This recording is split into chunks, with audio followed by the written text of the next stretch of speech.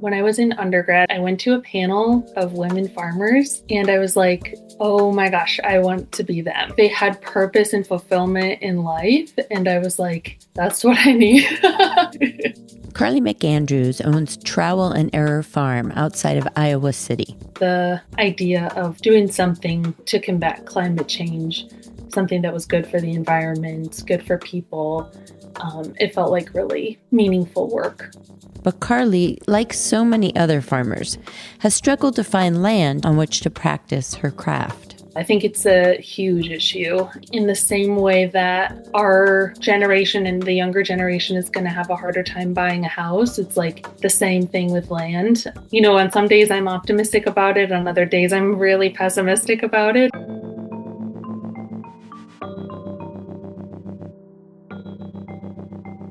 Today on At the Iowa Farm Table, we'll talk about land and explore why farmers have so many issues accessing it. I'm Beth Hoffman, journalist, author, and farmer. At the Iowa Farm Table is a production of the Iowa Food System Coalition, a group of more than 50 organizations working together to make food and farming more just and sustainable. So first off, let's dispel a myth. It's the myth that Americans don't want to farm. And while it might be true that since 1900, the United States has lost roughly 5 million farms, which represents a decline of over 70%, there is a growing number of people who want to own a farm and do the work for their own business. In fact, the number of small and medium-sized farms in Iowa increased in 2022, while the number of large ones dropped. Christiana Coutu is the director of the Beginning Farmer Center at Iowa State University. She fields calls from all kinds of people looking to get into agriculture. There is a lot of interest in farming, but the interest isn't just people with a farming background who want to start farming in the more conventional row crops, but we also have calls from people who are interested in vegetables, interested in cut flowers, in orchard crops. The interest is very diverse. But when a farmer thinks of putting in crops, of buying expensive machinery and taking out loans, the first issue that comes to mind is land. We know it's really difficult across the country, not just in Iowa, to have access to land. Here's the problem. Generally speaking, there's two different groups looking to get into farming. The first are farmers who are going back into a family operation. And the second group, we have beginning farmers who are starting from scratch. And those two situations have different challenges. What they have in common is the land access issue. Jada Fife falls into the first category. Jada's family owns land. During COVID, I was able to spend a lot more time on the farm, and I loved how quiet it was. I loved how at night you could see the stars, and every time I would spend my school breaks at the farm and just wanted to be there. But even though there already was a family farm, it wasn't clear how Jada could fit in. And then it was like, okay, so if I want to be at the farm, I want to work with my hands, I want to be in the dirt. And that's how I came more and more to understand what it would mean to be a farmer versus just living on a farm, because those two things are very different. Many of the farmers who are going back to their family farm, there's still a land access issue. Christiana Coutu explains. But in that case, the concern more is that we have an older generation who owns the land, maybe controls the operation. You have another generation who wants to enter into the business, but what's their security? Real problems arise when a family doesn't communicate clearly about the future. The younger farmer puts in time and energy on the farm, but the details as to how and when they can actually take over never gets ironed out. Their farming future remains unclear. Like, how do they do that in a way that gives them a career that they're secure with, gives them a financial situation that they're secure with, instead of too often we see working based on a promise that something will happen later.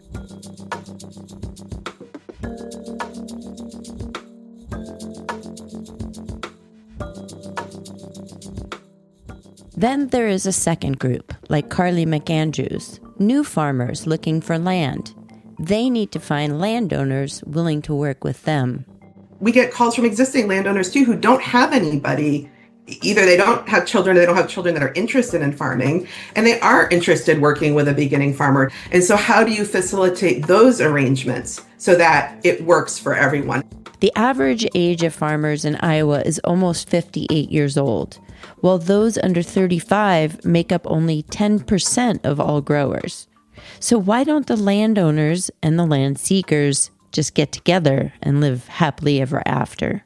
Often, the availability of land doesn't translate into land access for beginning farmers.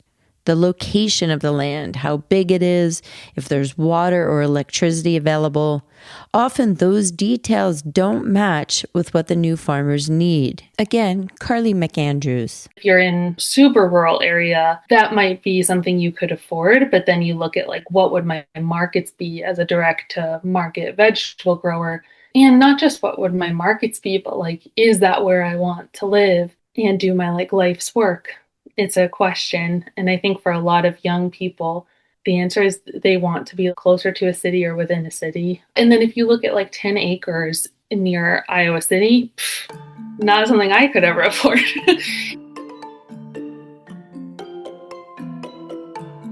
It's a bit of a messy situation, no matter how you dice it. Those going down the career path into farming need land.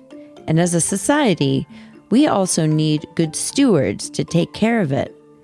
But capitalism dictates that land is a valuable commodity, which is a tough reality for farmers in different ways. Again, Jada Fife. From like a very Western perspective, it's a very scarce commodity. Like the whole thing is like, they ain't making more of it. So the folks that have it, hold on to it. That's what it is for my family. From the moment I was born, my mom told me you could never sell this farm. It's been in our family 150 years. It's going to be in our family 150 more. Like, you cannot mess with that. Again, Carly McAndrews. When I got into farming, I wasn't like, I have to own land one day. But like, who is owning the land is sort of like the question that I come to. It's like land is being treated as a financial investment and not something that we need to get stewards onto. Christiana Coutu at the Beginning Farmer Center says Iowans need to be mindful to address these challenges today and not hand them off to the next generation. From my perspective, it's more being thoughtful now about how folks who want to farm, because we know there's the interest there. So thinking about how can we create a dynamic where some of that land can be landing in the hands of beginning farmers, not in 20 years, but now.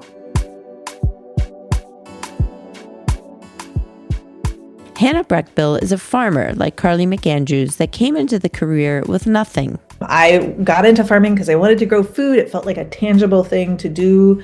People need to eat everywhere. There's land everywhere. I figured there's got to be a way for me to contribute in this way wherever I end up. And I ended up in Decorah. Hannah started out by renting land to farm on and reading lots of books about perennial agriculture, a type of farming that relies on trees and plants that come back year after year. I realized that I couldn't do that without some kind of long-term land access. And the model that we're offered really here is land ownership. And meanwhile, land was something crazy expensive, like $5,000 an acre back then. Now it's quadrupled. At the same time, a piece of land was about to come up for sale, and a nearby neighbor was worried that a hog or chicken confinement unit might go in there. So he organized a bunch of people to put money in and to buy the land before it came to auction. They had formed this LLC out of this kind of not in my backyard kind of preventative thing. And there wasn't necessarily a vision for what they wanted to see on the land. And so I, as a beginning farmer, really had the opportunity to supply that vision, to be like, hey, I think there could be a diversified farm here. It was a 22-acre cornfield with no water, no barns, nothing. But over the next few years, Hannah figured out a way to make it work. She saved some money, borrowed a little bit more, and found a partner to farm with.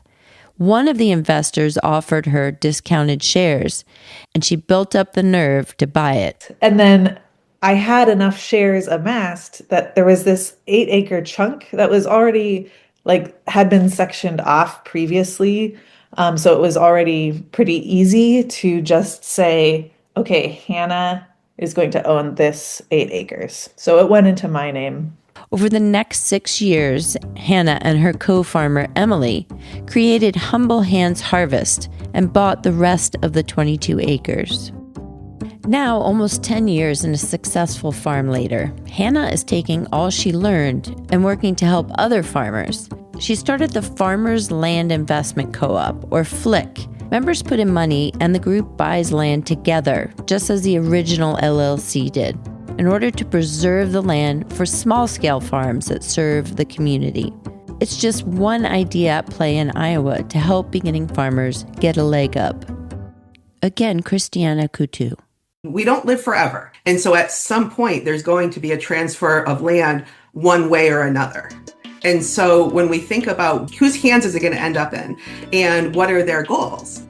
People get connected to their land and have a lot of emotional kind of baggage around land. Hannah Breckbill. Because land is so tangible and so concrete, and it holds history. And I think that's also the power of it when we're thinking about organizing for land access. The kind of script we've been given is keep it in the family. I think there's a huge need for coming up with a new script of keep it in something that benefits this community. Thanks so much to Christiana Coutu, Jada Fife, Carly McAndrews, and Hannah Breckbill for sharing their stories with me. Links and information about all of them can be found on our show notes and in our Substack page. And thanks to Tommy Hexter and John Hoagland for giving feedback on this script. You've been listening to At the Iowa Farm Table, a production of the Iowa Food System Coalition. Please like and share this episode. It really helps get the word out there. I'm Beth Hoffman. Thank you so much for listening and for supporting change in Iowa's food landscape.